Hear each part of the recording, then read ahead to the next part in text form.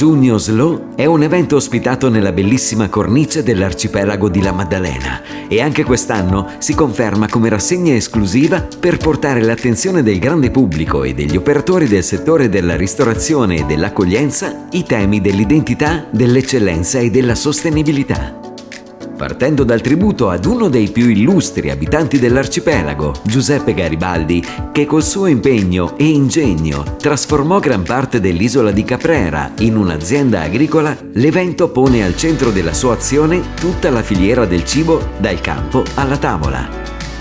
I contest Food for Change, A tavola con Garibaldi e Un brindisi per Garibaldi coinvolgeranno i ristoranti e i bar di La Maddalena, invitandoli a rielaborare la propria offerta partendo dalla dispensa di Garibaldi, confermando un approccio originale e consapevole verso l'uso delle materie prime, sulla loro provenienza e sostenibilità. Giugno Slow 2022 inoltre, con il claim I semi del futuro, si orienta verso le giovani generazioni, in continuità ideale con l'azione Garibaldi Politico, che fu uno dei propugnatori dell'istruzione obbligatoria e professionale, specie in campo agricolo, quale strumento per creare le condizioni di cittadinanza e di libertà.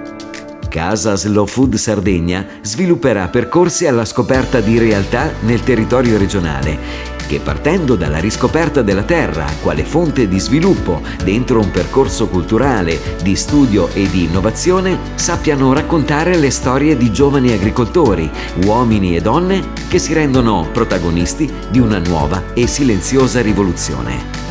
L'evento è promosso dal Comune di La Maddalena, da Slow Food e dall'Istituto Internazionale di Studi Giuseppe Garibaldi. Vi aspettiamo anche quest'anno per la terza edizione di Giugno Slow.